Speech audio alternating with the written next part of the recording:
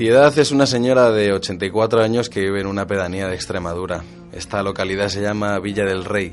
No tiene ayuntamiento y todos sus servicios dependen de un pueblo situado a unos 10 kilómetros, que no pensemos es más grande. No llega ni siquiera a los 1000 habitantes.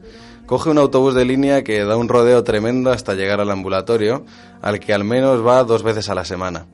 Tarda hora y media en hacer un recorrido que en condiciones normales no le llevaría más de 15 minutos. Pero está sola y tampoco tiene a quién exigir. Ahora tiene un nuevo problema. Se le rompió la dentadura postiza y no tiene ni idea de dónde arreglársela. Probablemente tenga que ir a Cáceres, otra odisea. Miren, desde hace tiempo en España asistimos a una arista de la desigualdad que sin duda en nuestro país se da por una cuestión de renta y clase, pero este pliegue, que por cierto no es nuevo, ahora se centra en esa diferencia entre el mundo rural y urbano. ¿Saben quién escribía sobre esta España a la que denominamos vacía, con ese aire de misticismo y quiebra moral de finales del siglo XIX? Pues Pío Baroja, ¿no?, en su gran obra El árbol de la ciencia. En este caso mostraba la desolación de un tren frío y despoblado que le conducía a un hermoso pueblo hacia el que sentía fascinación. Luego, al volver a la ciudad, parece que la presión de esa urbe tan tremenda generaba en él una impotencia humana que no acababa sino de la manera más trágica posible. Habría que ver si la forma en la que se ha contado la vida rural ha ayudado a generar una visión positiva o, por el contrario, ha acrecentado la brecha, ¿no?, entre lo urbano y lo rural. Buñuel hizo un interesante documental, cortometraje, del que podemos sacar una reflexión. Hizo el documental en su día sobre las Urdes, una región absolutamente aislada en nuestro país. La reflexión era: aquellas montañas desheredadas me conquistaron enseguida. Me fascinaba el desamparo de sus habitantes, pero también su inteligencia y su apego a su remoto país, a su tierra sin pan.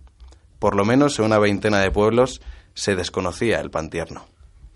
En cualquier caso, vamos a hablar del fenómeno de la despoblación en España, del éxodo rural o como lo quieran llamar, a cuenta de que la agenda política parece que por primera vez se centra en esta cuestión. Véase, por ejemplo, el comisionado frente al reto demográfico.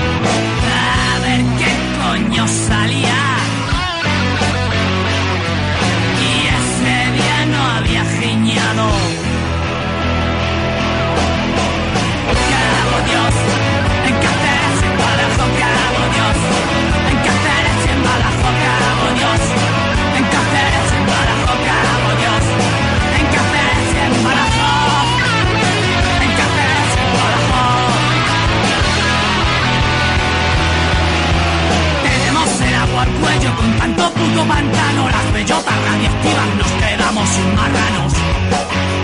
Tierra de conquistadores, no nos quedan más cojones. Si no puedes irte lejos, te quedarás el pellejo.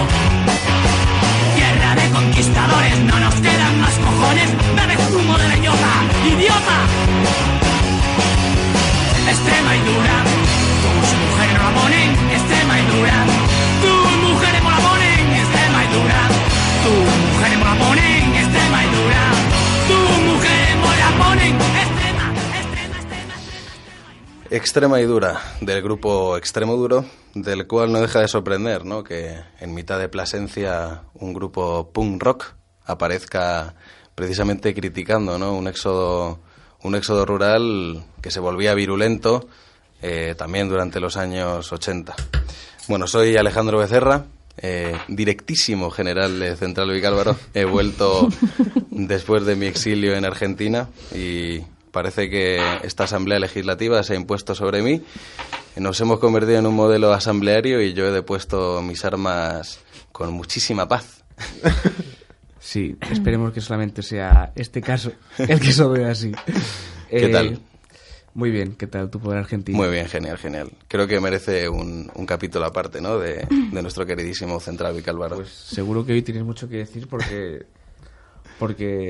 Argentina también es ese paradigma de la ciudad y el campo. Efectivamente. Los porteños contra los argentinos. Que puede afectar a decisiones muy importantes.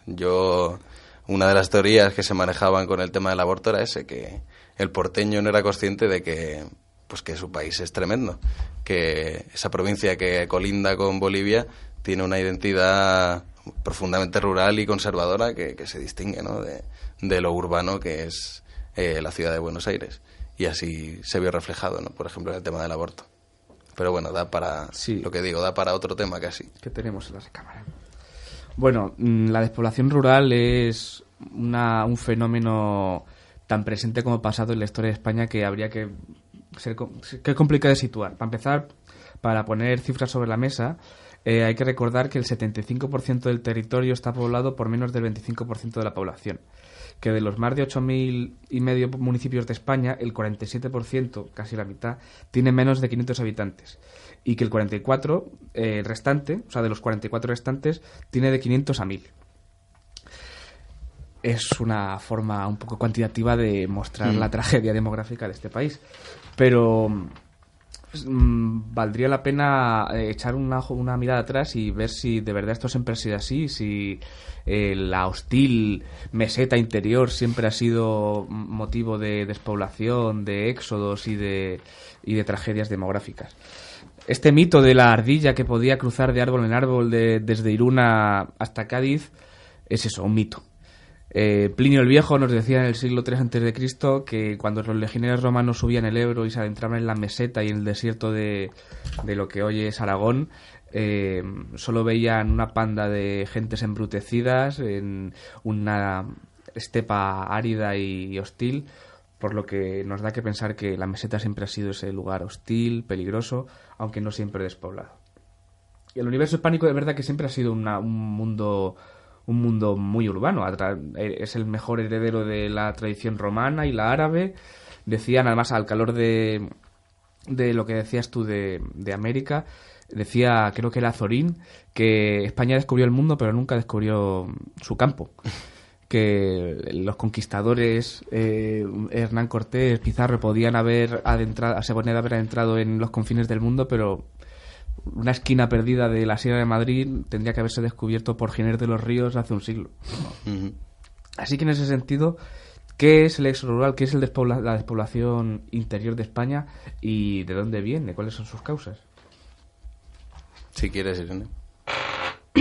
Bueno, para empezar, citando a Maduro, me alegro que el poder constituyente en Central Vicálvaro también siga muy vivo.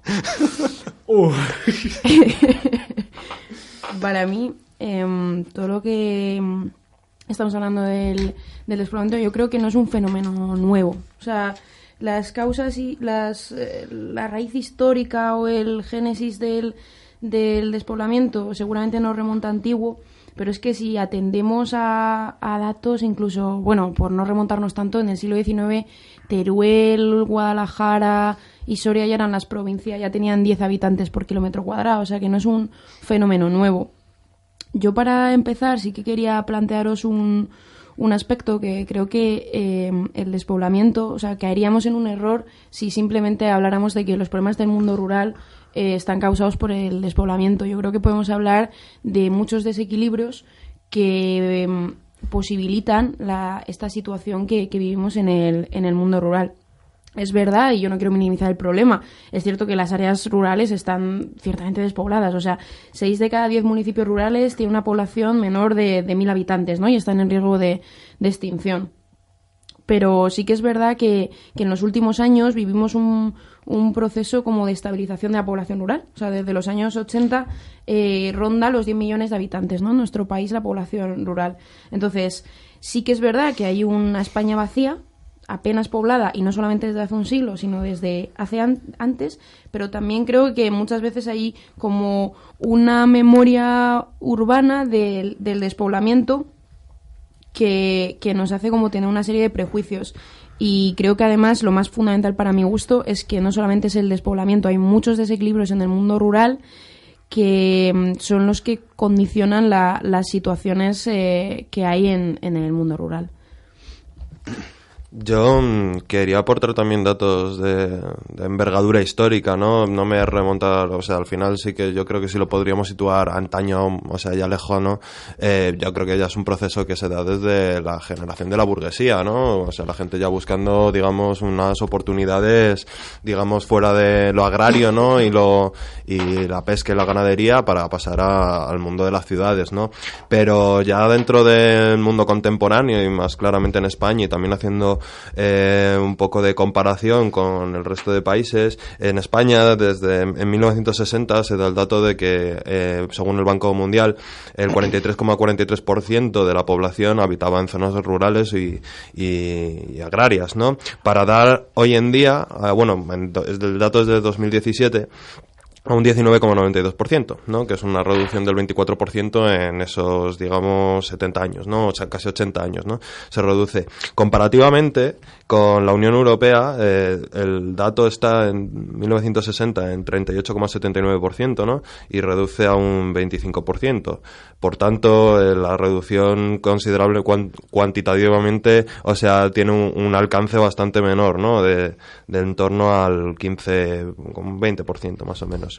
Y en términos mundiales estaría desde el 45%, bajaría al 34%, ¿no? Que es un 10%, un 11%, ¿no? O sea que realmente en España lo que se puede evidenciar, ¿no?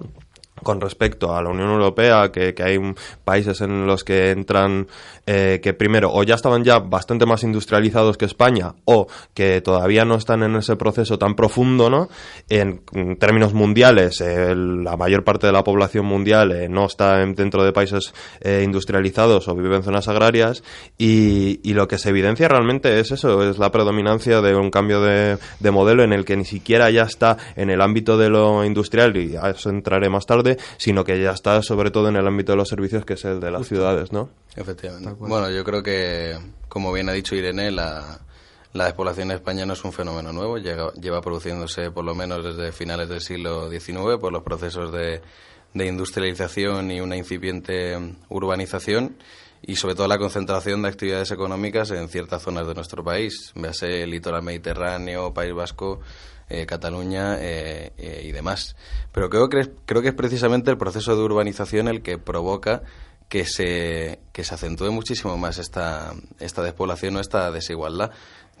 Y que además se acrecienta durante los años 60, que digamos el éxodo rural más evidente está ahí, desde mi punto de vista. Una ilustración, y es que entre 1961 y 1965 los municipios de menos de 2.000 habitantes perdían unos 100.000 habitantes cada año, lo cual sería como si cada año apareciese una nueva ciudad de 100.000 habitantes, que es bastante importante. Entonces, yo también creo que un proceso de urbanización tardío, sobre todo respecto al resto de Europa, lo que ha producido también es un desgarro, que la sensación de desgarro entre la ciudad y el campo sea aún más acentuada, ¿sabes? Que el proceso haya sido en un periodo tan corto que produzca ese desequilibrio tan evidente. Y luego, creo que también tendremos que hablar de la Constitución y del Estado de las Autonomías, que desde mi punto de vista intentó en su día quitar los desequilibrios, pero no ha hecho sino acentuar muchas veces estos desequilibrios. Pues pensemos igual por la existencia de comunidades muchísimo más desarrolladas, con nacionalidades muchísimo más fuertes y con una capacidad de imponerse mucho más grande que el resto, y que se ha obligado también a muchas comunidades autónomas a ser autónomas, cuando en realidad pues muchas de las cosas que podían hacer no podían en realidad, por su escasa capacidad de obtención de recursos y demás. Yo creo que Diego ha dado muy en el clavo, porque, por ejemplo, el libro que tengo aquí en la mesa, que habéis visto, de Sergio del Molino, que es un ensayo así reciente sobre la despoblación rural, que no está mal, la verdad, no voy a ponerle más loas de las que no merece, pero bueno, que está interesante, aporta muchas luces al asunto. Pero te pone el ejemplo de tú vas por Europa, por los pueblos de Europa, de Francia, de Alemania, de Reino Unido, y en general ves niños, ves servicios públicos, o más allá, ves cajeros, ves que los domingos hay mercado. Mercado para los locales, no un mercado medieval para que vengan los 3 madrileños de turno a comprarte una amuleto celta que has comprado en los chinos. Es decir, que el mundo rural fuera de España tiene personalidad, tiene autonomía, evidentemente tiene menos población, tiene menos servicios, tiene menos oportunidades que el mundo urbano, pero en España la particularidad es que es la desigualdad, la diferencia es tan brutal que llegamos al punto de que en el mundo rural no hay niños, no hay mujeres, en general. Quiero decir, así sacando los extremos a relucir. Y los indicadores, realmente. Los indicadores. Por eso quiero decir que la industrialización, el éxodo rural es una cosa que ha sucedido en todas partes de Europa. Portugal también es un país de industrialización tardía y tú igualmente ves el mapa de la demografía, de la densidad de población española y te das cuenta que es que España es el único país no Europa occidental, de Europa, que es un desierto, que es que lo que decíamos antes, lo que se llama la serranía celtibérica, que va desde Burgos hasta el oeste de Valencia y desde Teruel, de Zaragoza hasta casi Madrid, tiene menos densidad de población que Laponia finlandesa. Que evidentemente hay razones climáticas porque eso, la serranía celtibérica es celtibérica. Pero narices, estamos hablando de Laponia, o sea que hay razones políticas, sociales, de hondas contradicciones estructurales en España para que la industrialización y el éxodo rural, tengan consecuencias tan brutales con respecto a otros países de Europa. Yo es que creo que España es el país de los desequilibrios, o sea, esa es la palabra. Has dicho una frase muy buena en la primera intervención que era: España descubrió un mundo pero nunca descubrió su campo. Es que esa frase es la clave.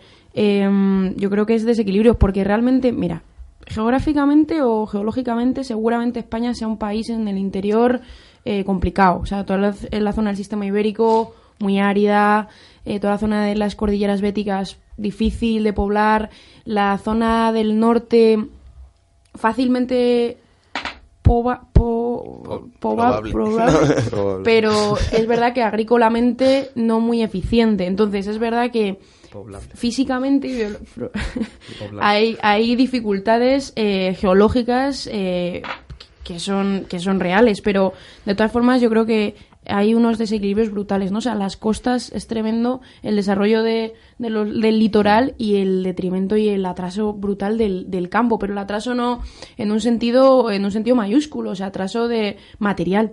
Entonces, para mi gusto, es verdad que la geografía juega mucho en nuestra contra, que a veces se nos olvida, pero es que en Soria hace un frío de cojones y es un desierto árido de cojones, o sea, y eso hay que decirlo. Entonces ahí vivir es complicado, y ya eso, desde los arébacos había pueblos, pero era difícil el poblamiento, o sea, eran pueblos muy adaptados, ¿no?, a ese clima y a esa geografía. Pero en Ciudad Real sería igual que en Madrid, y Madrid tiene 7 millones de habitantes y Ciudad Real 100.000. Ciertamente yo creo que hay procesos biológicos acentuados también por el ser humano, o sea, en Madrid a lo mejor el poblamiento, o sea, los poblamientos también generan otros procesos, el despoblamiento puede causar desertización, o sea, hay procesos biológicos que van modulándose según la población humana. Yo creo que en general también, y es que no me quiero extender mucho, España es un país poco poblado, o sea, si comparamos en extensión con Alemania, con Francia, con Reino Unido, es un país muy poco poblado en general, ¿no? Y sobre todo eso, muy desequilibrado en su poblamiento. Yo creo que nunca ha habido un aprovechamiento social del campo, ¿no? O sea, ha habido mucha concentración económica y demográfica en las costas, no ha habido no está vivo el campo español, es que esa es la clave, que no está vivo, o sea, no tiene servicios sociales, ni tiene ocio, ni tiene dinamismo, o sea, ni tampoco las comunidades han sabido resistir, entonces es como que es un campo muerto y ese es el principal problema, aparte de poco poblado, ¿no?, que no tiene vida. Sí, yo quería remarcar también, bueno, recogiendo lo que veo diciendo Irene, que es un reto realmente, o sea, el generar alicientes para que justamente esos indicadores vayan mujeres jóvenes con capacidad de procrear y que haya niños también en esas zonas rurales, ¿no? Es un reto casi, vamos, yo qué sé, apoteósico, ¿sabes? O sea, casi inalcanzable, diría yo. Yo al menos mira que estoy con un trabajo y tal de esto y me voy dando vueltas de vez en cuando al asunto y me cuesta, vamos, es como algo que no. Entonces, claro, la cuestión de esto, ya mirándolo así un poco más en profundidad, es que es un proceso que todavía sigue vivo. Ya no es tanto el factor, ya no está ya en las zonas rurales, que es como algo para generar política pública dentro de eso y paliar ese flujo de personas hacia macro ciudades o ciudades grandes, centros financieros potentes, o ya en el caso europeo se van dirigiendo hacia la costa del Mediterráneo concretamente. Ya es en plan de las pequeñas ciudades, ya no es en plan mi pueblo de Segovia, ¿sabes? Que tiene a lo mejor 50 habitantes o 100 y cómo haces que la gente vaya ahí más allá que ir una semana a descansar del rollo de la ciudad, ¿no? Sino ¿cómo haces que la gente deje de irse de sitios como Bilbao o sitios como, yo qué sé, León o ya, o sea, ciudades, Palencia, son ciudades Valladolid. Pequeñitas, sí, ciudades pero medias, que al final son centros urbanos, o sea, no hay que olvidarse y que son poblaciones que a priori sí que tienen servicios. Lo que pasa es que vas a esos sitios y muchos de los negocios que en otro tiempo iban a proporcionar esos servicios, yo lo digo porque este invierno estuve ahí en Murcia y demás y pude verlo, es que hay mogollón de locales con sus letreros de lo que eran restaurantes o lo que fueran y tal, cerrados, Murcia, en plan, en Murcia, en la zona de la costa, pues eso, pueblos rollo que son prácticamente pues para turistas y poco más, ¿sabes? O sea, y ahí la gente que veías viviendo, ¿sabes? Eran alemanes, eran suecos y no eran españoles, ¿sabes? Eran gente que ya en sus últimos hálitos de vida, ¿sabes? En plan, pues deciden irse a climas templados y a poder descansar en paz, ¿no? Que se dice, pero es un problema chungo, ¿eh? Sí. O sea, no es algo, vamos, yo lo digo vueltas Para mí es un problema tricéfalo o trifálico, ¿no? Como decía trifálico. Un guiño. Para mí es un problema tricéfalo. Primero es un problema demográfico evidente, porque, bueno, quien se va de los pueblos son mujeres y jóvenes, principalmente, y esto lleva produciéndose desde hace un montón de tiempo. Y por supuesto quien se queda allí son las personas mayores. Tenía por aquí un dato.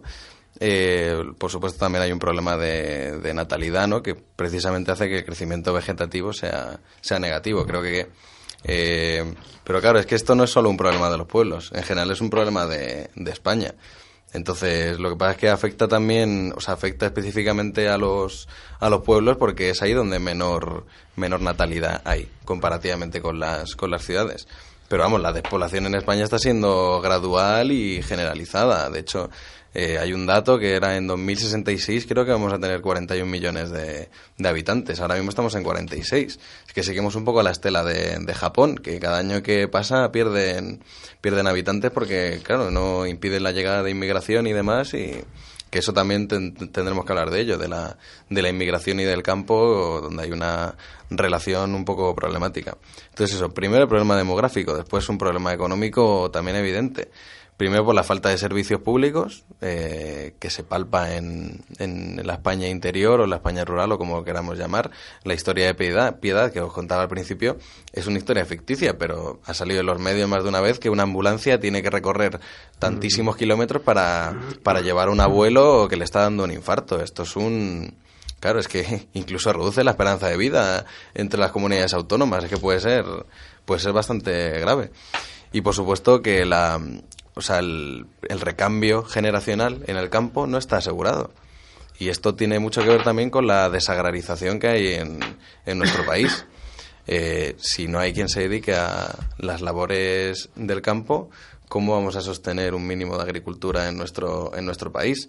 Que bueno, en realidad la Unión Europea da mucha pasta, ¿no? Para que se mantenga un mínimo. De hecho, creo que de hace unos años hay 1 millón de personas que se dedican a la agricultura y ni baja ni sube. Y eso lleva así unos cuantos años.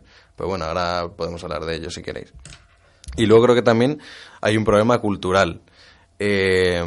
Problema cultural porque parece que las ciudades absorben de alguna manera, como si fueran Gargantúa, la identidad de los pueblos.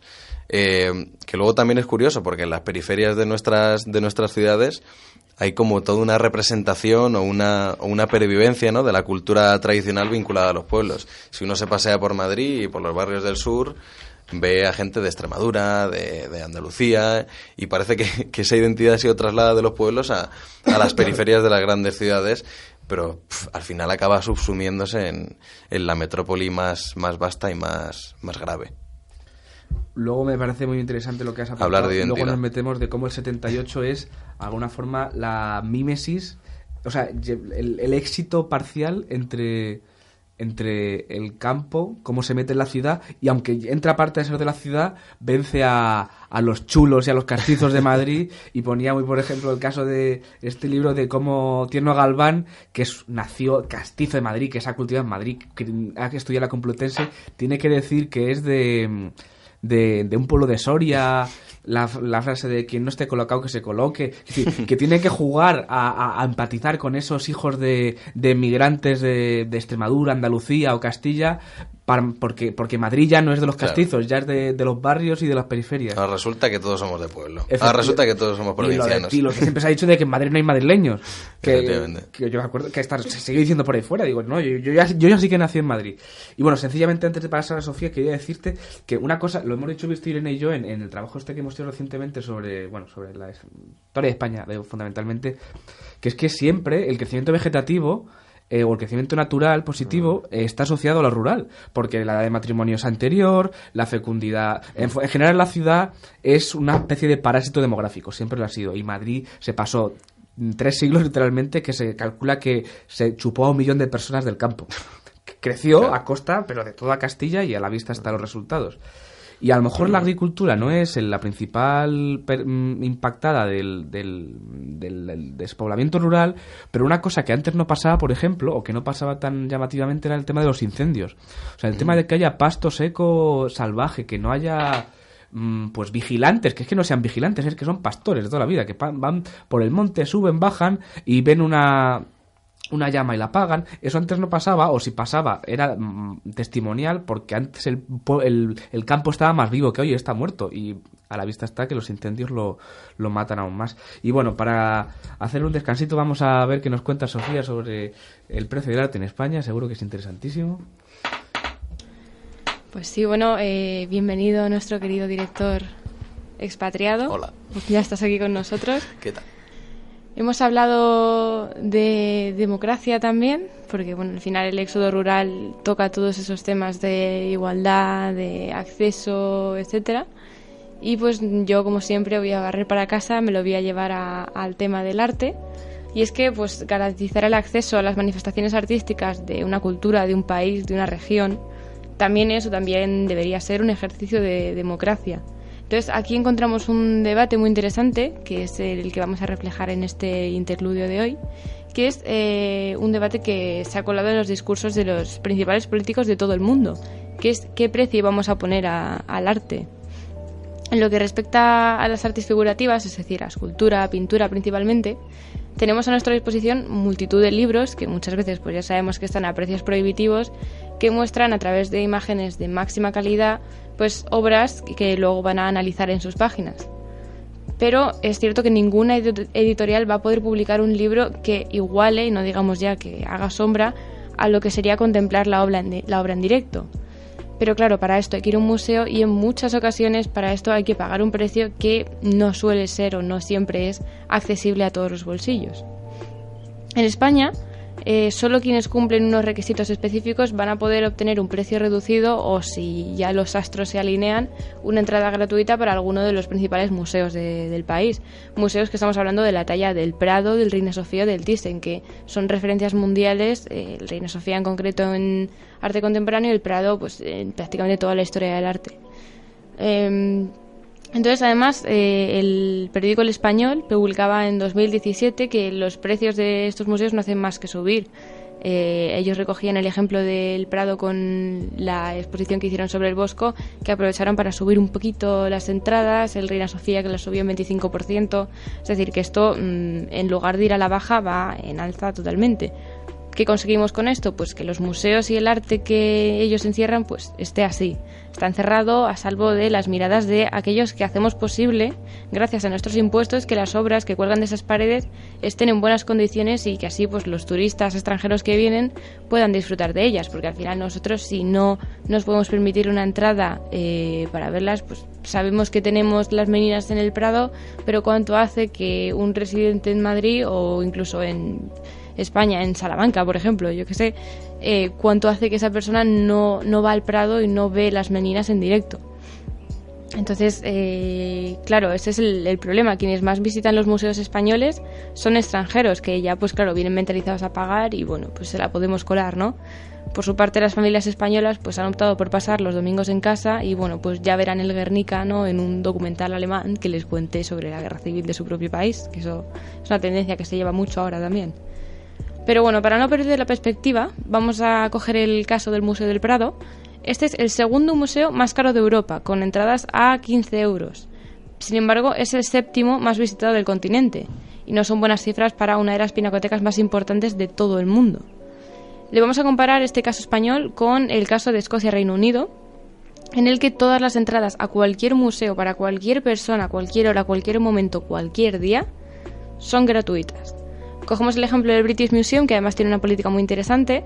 Este tiene entrada gratuita, es el segundo museo más visitado de Europa, porque pues obviamente la gratuidad fomenta las visitas.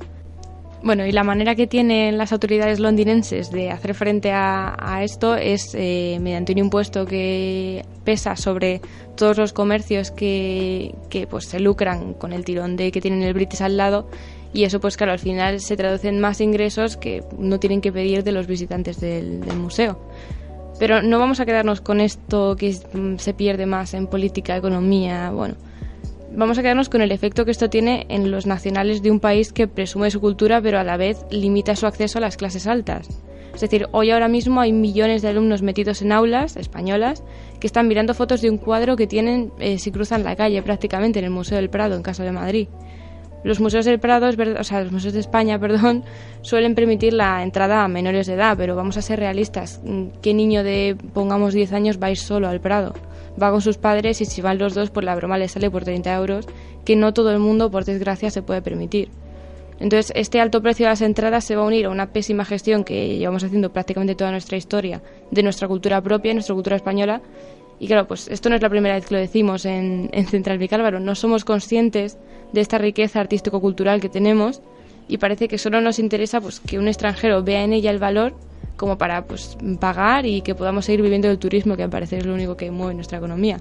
¿Cuál es la consecuencia de esto? Que al final acabaremos conociendo España a través de un turista extranjero. Bueno, pues muchísimas gracias, Sofía. Vamos a hacer otra ronda de lo que estamos viendo y a ver qué nos contáis.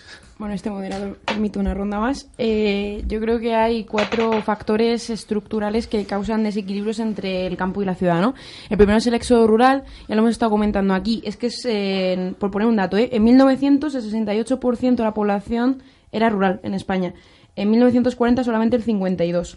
Y entre 1950 y 1975 ha caído un 40% de la población rural en este país. O sea, el éxodo rural en España determinó incluso la composición de las ciudades, los desequilibrios fundamentales, el estado de las autonomías. O sea, el éxodo rural, los procesos de modernización e industrialización, o sea, fue un factor fundamental, ¿no?, para entender la España moderna, ese éxodo rural del siglo pasado. El segundo, para mí, desequilibrio que es muy importante, el envejecimiento. Es que no solamente el despoblamiento por el éxodo rural, es que también es el envejecimiento. ¿Por qué? ¿Quiénes migran? Lo hemos estado diciendo. Las mujeres, los niños. Entonces, lo que quedan son cada vez más población envejecida. Y además es que el envejecimiento es como que causa un círculo vicioso, porque por una parte, la gente que ya ha emigrado ya no emigra, pero la gente que se queda está envejecida. Entonces, es lo que acaba pasando del crecimiento vegetativo, que es que hay menos nacimientos y más fallecimientos. Entonces, eso es más despoblamiento, aunque ya no haya migraciones, pero el envejecimiento causa despoblamiento. Y el tercer factor, la movilidad. Lo estábamos ahora comentando, es que la movilidad es muy determinante. La movilidad condiciona, o sea, es un factor muy limitador de la distribución de la población. Además causa la pérdida de servicios. Estaba antes Alex contando el caso de, ¿cómo se llamaba? Piedad, era. Sí, Piedad. Había un caso real, que es que en Castilla y León el servicio de urgencias se suprimió. El servicio de urgencias en Castilla y León se suprimió a los pueblos. Y eso, claro, la sensación de zozobra de que tú no tienes servicios públicos y no hay una buena movilidad es muy limitante, ¿no? Porque no te facilita acceder a servicios. Y por último, y a mí me parece fundamental, la desigualdad de género. Las mujeres sufren toda esa escasez de servicios públicos que hay en el campo. Es como que en el campo la división sexual del trabajo es aún más latente, o sea, se exacerba. No es que haya más machismo en el campo, es que se exacerban esas desigualdades. No hay servicios públicos, no hay redes ni servicios para los cuidados y las mujeres se tienen que ocupar. Eso ocasiona que sufren más porque no tienen tanta facilidad para acceder al empleo. Entonces son mucho más dependientes. Además, también esto es muy importante, hablando de la movilidad, tienen menos posibilidad de movilidad que los hombres en muchas ocasiones.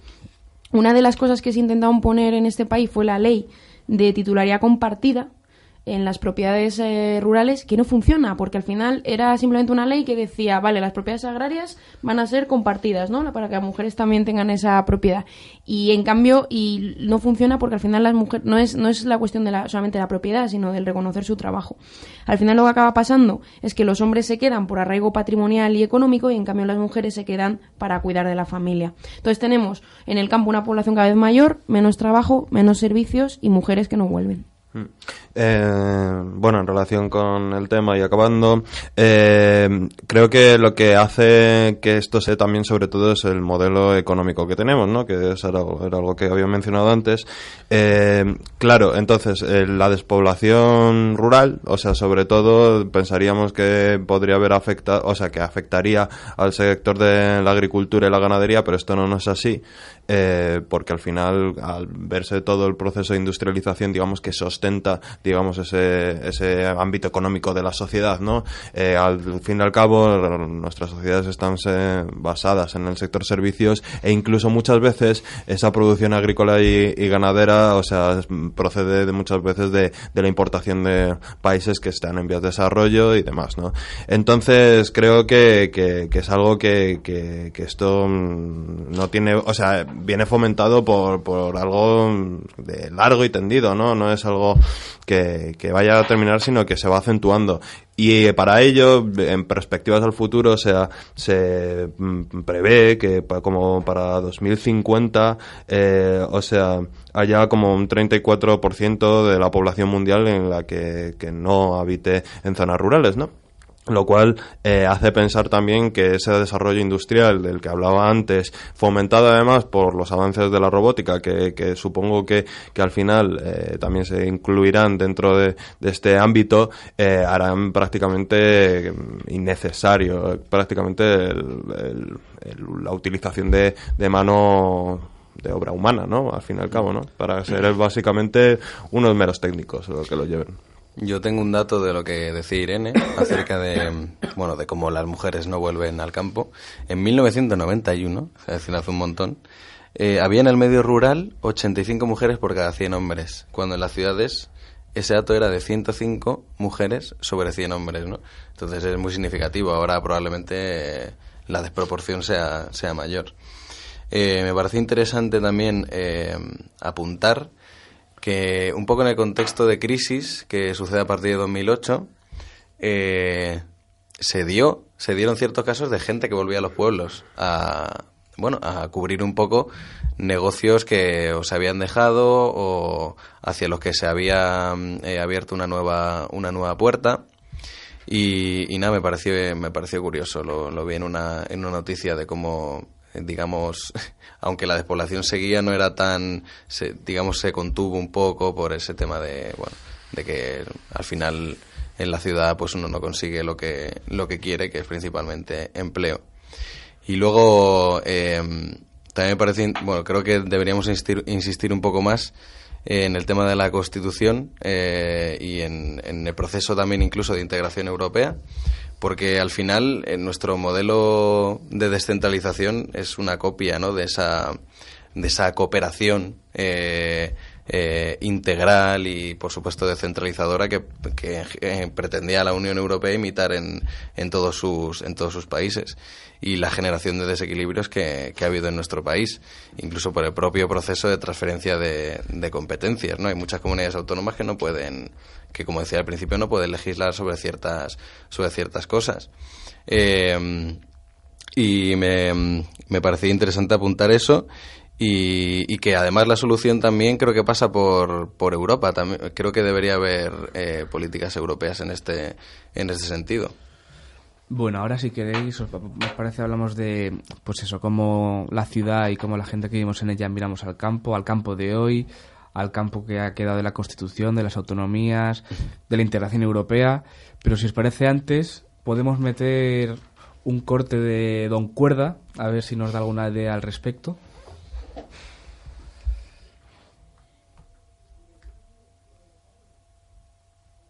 Le dije a usted, cuando me pidió permiso para ejercer de escritor en el pueblo, que era mejor que hiciese lo que hacen los otros sudamericanos, que unos días van en bici y otros huelen bien.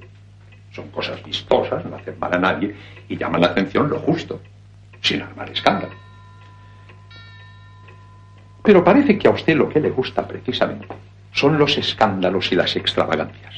De entrada, se casó usted con la Paddington, que había estado casada otras 3 veces cuando había muchas que no se habían casado ninguna, y usted podía haber elegido. Después, se compró un sombrero espantoso y anduvo con él todo el invierno. Un sombrero que no nos gustaba a nadie. Lo tengo yo hablado con todo el pueblo. Pregunte por ahí si quiere. A nadie nos gustaba aquel sombrero. Y ahora, para rematar, me dicen estos amigos que ha escrito usted Luz de agosto, la novela de Faulkner, de William Faulkner. ¿Y no podía usted haber plagiado a otro? ¿Es que no sabe que en este pueblo es verdadera devoción lo que hay por Faulkner? Bueno, magistral. Bueno, en este corte venía al calor de eso, como la ciudad, como la España de las ciudades del siglo XXI, democrática, constitucional, autonómica y genial, mira el campo, y al final heredamos como 2 tradiciones culturales muy bien sublimadas en dos formas. Esta puede ser la primera, la de Amanece que no es poco, que con ese humor de Albacete, que parece que el pueblo es el mundo al revés, gente ridícula, embrutecida, o sea, que ha perdido todo seso y toda razón, como todo lo que... el mundo al revés, ¿no? Pero luego también podemos coger esa otra tradición, que es hasta perdón, mucho más larga, que podíamos remontar al Beatus Ili de Fray Luis de León, de escapar del mundo al ruido, y luego podíamos pasarnos por la generación del 98 y ver en Castilla los orígenes de España, esa Castilla mítica que en realidad la vacía, porque no mira a los pobladores de Castilla, sencillamente es como una ventana al pasado y se regocija en la rudeza del paisaje y la rudeza de los hombres que viven allí, como la semilla que cultivó un país imperial que fue España, o sea, esa mitología tan extravagante a veces. ¿Cómo miramos hoy? ¿Cómo la España del 78, la España de las autonomías? ¿Cómo es el pueblo hoy para nosotros? ¿Cómo es lo rural? Empiezo yo.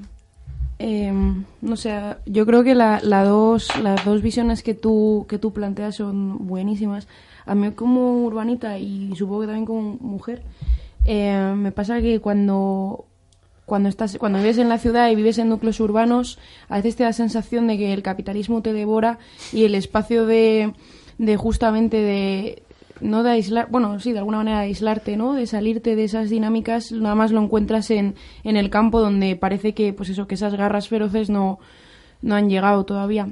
Y también me parece muy interesante de la otra visión de precisamente yo te diría más que de los urbanitas hacia la gente del pueblo, de algunas, ciertamente de las élites, ¿no? También culturales, de las élites hacia el pueblo. Yo soy de Avilés, de una ciudad asturiana, y siempre me acuerdo cuando nos pusieron un documental de las campanas de Avilés, que las hicieron pues extremeños y castellano-manchegos, y salían cuando venían y claro, eran gente que venía una mano delante y una detrás a hacer las campanas para la fábrica de Ensidesa, y bueno, no solamente para la fábrica, para la ciénaga, y dormían por ahí en los lugares de las campanas, no tenían ni casa, y entonces la gente avilesina, que era ciertamente, sobre todo la gente más enriquecida, así con bombines y con sombreros. Las campanas era para hacer la fábrica.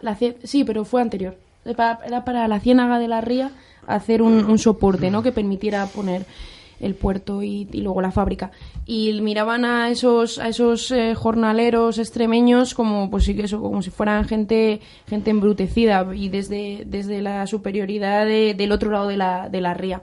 Entonces bueno, sí que me parecen muy pertinentes, ¿no? Esas dos visiones de lo que es el campo. Sí, coincido totalmente con esas dos visiones. También voy a hacer así un poco análisis de ambas. Pero yo diría que al menos desde donde yo le doy la procedencia es desde el flujo, ¿no? O sea, unos son como los que del grupo que estaba ahí y sale, ¿no? O que está en un flujo de salir hacia afuera, ¿no? Serían esos al final la gente mayor que ha quedado, que sus hijos e hijas se han ido al final a las ciudades, ¿no? Y luego estarían la gente que está volviendo, ¿no? Que pues muy poco, pero que sí, ¿no? Entonces, dentro de ese primer grupo, sí, coincido con los adjetivos que ha puesto Irene. Yo creo que existe ahí una percepción como de gente sin cultura, ¿no? O al menos con sabiduría rural, que se dice, ¿no? En plan, para decirlo así un poco más, en plan, siendo positivo, ¿no? No, pero sí, al fin y al cabo, que gente que entiende, pues eso, de estaciones, de cosas de relaciones, sí, del campo, de cuándo ordeñar una vaca, de cómo hacerlo, sí, pero que a lo mejor tú le pones a hacer, yo que sé, una multiplicación y se tarda 5 minutos o 10 minutos en hacer una multiplicación sencilla, ¿no? O no sabe lo que, yo que sé, algo le dices alguna palabra compleja. Es el tópico. Claro, es lo que estábamos hablando, ¿no? De la percepción claro, ¿no? O sea, vamos. Y yo creo que esa gente que coincide, es el punto de unión con los otros, que ahora entraré un poco tal vez de describirlos, es el ritmo, ¿no? Eso es lo que buscan, ¿no? Ese ritmo que da el campo, ¿no? Esa más calma, más paz, ¿no? Sí. Entonces, el otro, el que viene para querer huir de la ciudad, ¿no? A huir de esa contaminación, ¿no? Que ya no es contaminación de coches y demás, sino que es como una contaminación social. Digamos, a mí me gusta llamarlos los neo-hippies, ¿sabes? En plan... Se conoce como neoruralismo, o sea, que no vas muy desencaminado. Pero, bueno, al final y al cabo es... y lo peor de todo es que yo he sido uno de ellos, ¿sabes? O sea, no lo peor, pero vamos, que sí que conozco ese mundo de primera mano. Y la verdad es que son motivos ideológicos, o sea, los que te mueven a eso, ¿sabes? Al final es un descontento y un no querer aceptar, no querer vivir en un medio en el que sientes que estás perdiendo tu vida para intentar ganar calidad de vida, ya no tanto en cuanto son los servicios lo que te provee, sino en lo que es eso, en calidad de vida a un nivel, pues podría decirse casi espiritual, ¿no? No lo sé. Bueno, yo volviendo a Pío Baroja, él escribía a Alcolea del Campo como una villa de importancia en el centro de España. Pero es que es la mejor descripción de la visión urbanita de los pueblos, ¿no? Sitios en mitad de la nada que además están que están en el centro y que están siempre entre dos sitios, ¿no? Entre Madrid y yo qué sé, y Sevilla, por ejemplo, ¿no? Pero esta visión 98ista era un poco contradictoria, porque si bien estaba el misticismo y la envoltura en esa épica de la España rural, joder, pues también señalaban el caciquismo y pues las miserias que se vivían en el campo, ¿no? Pero yo creo que siempre se ha visto los pueblos desde una visión de la ciudad que efectivamente responde a una ideología que para mí es una ideología ciertamente capitalista. Es como que estamos imponiendo a la gente del campo que sea emprendedora y que desarrolle, ¿no? Toda una serie de cosas que nosotros los de la ciudad consideramos como buenas, aceptables y a seguir. Entonces, de alguna manera nosotros desde la ciudad damos o intentamos dar un ejemplo o imponer un ejemplo a la gente del campo. Aunque también he de decir que esto es un poco lo que era antes, ¿eh? Yo creo que la España paleta, entre comillas, ha ido desapareciendo, ha ido diluyéndose con los años, y con ello también un poco la visión que de ella tenemos, ¿no? Y se ha impuesto esto del neoruralismo, una visión un poco hippie de ir a los pueblos a alejarse del mundano ruido de las ciudades, y casi volvemos un poco al misticismo del principio, ¿no? Bueno, vamos a hacer una ronda de conclusiones, que tengo el orgullo de empezar. Y como decía Diego, yo creo que es muy acertado cuando he dicho lo del neoruralismo, que son motivos ideológicos, y creo que ninguno podemos opinar al contrario de que motivaciones ideológicas de grupos marginales no pueden ser los motores del cambio de un problema tan estructural y tan complejo como la despoblación rural. Y ya volviendo a lo que decías del 98, es que es verdad que es muy curioso cómo la ideología siempre ha sido... La ideología de superioridad siempre ha sido la forma con que la ciudad mira al campo. Y al calor del 98 decía este libro muy interesante como Valle Inclán, un vagabundo cultural de Madrid que no trabajaba más que para eso, decían que se pasaba toda la noche de taberna en taberna de Madrid gritando o recitando, es decir, cultivando la bohème madrileña, la primera bohème madrileña. Luego decían que después de cada taberna llegaba al Palacio Real y decía ¡viva Carlos V, viva el carlismo y el tradicionalismo! O sea, ¿cómo?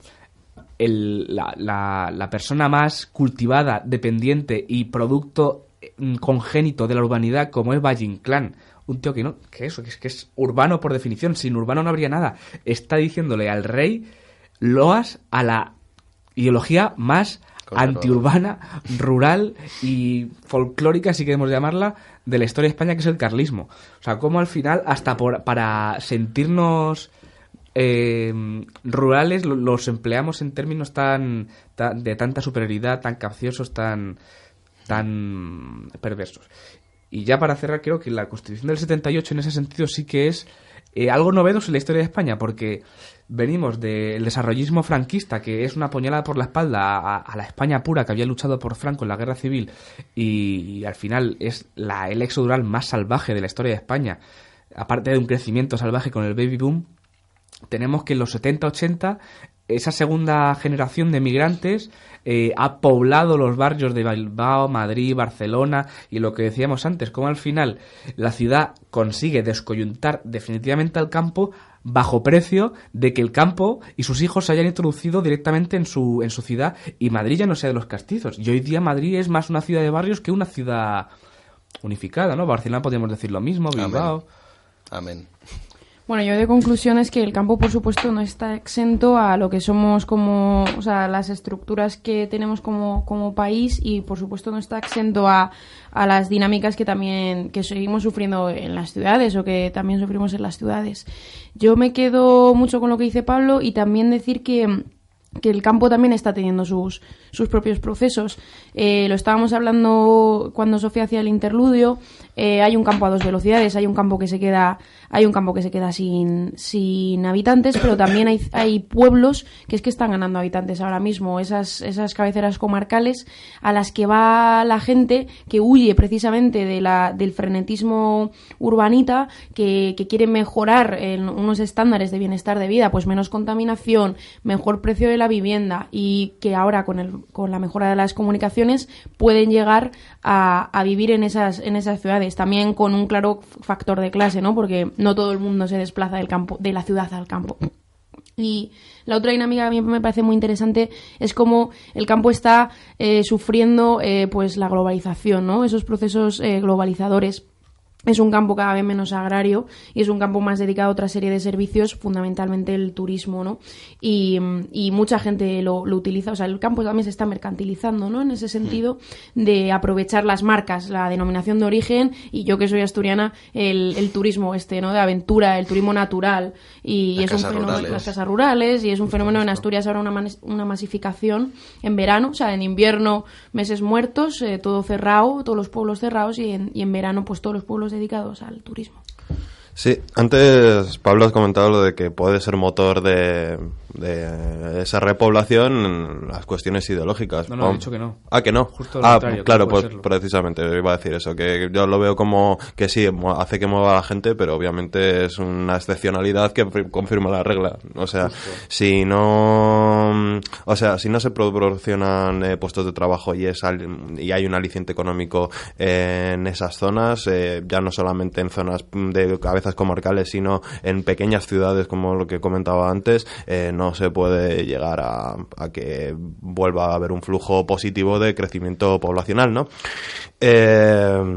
Lo que me hace pensar que me la voy a ver bastante dura, ¿sabes? Haciendo el trabajo de tamaño. Así que nada. Yo nada, para concluir rápido, por supuesto estoy de acuerdo con todos vosotros. Me cabe la duda, ¿no?, de si cuerda con esta película, y además con este corte que hemos escuchado, en vez de ridiculizar, lo que pretendía era incluso dignificar, ¿no?, a la gente del campo. ¿Por qué no van a saber quién es William Faulkner, no? Entonces creo eso, que hay que reivindicar un poco la personalidad agreste, por así decirlo, que pervive en las periferias de nuestras ciudades, y por supuesto en los mismos campos. Yo en mi pueblo hay un sitio que se llama El Vaqueril.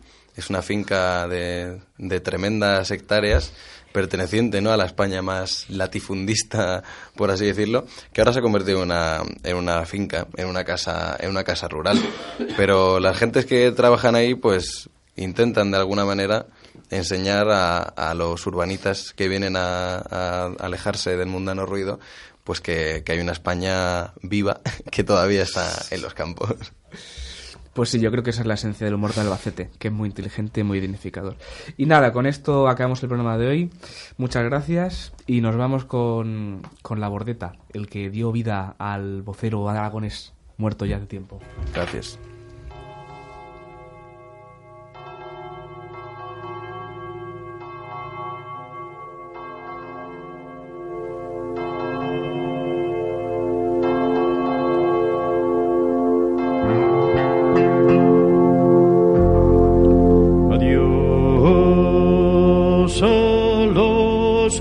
Que se quedan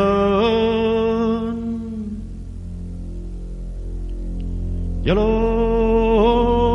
que se van también,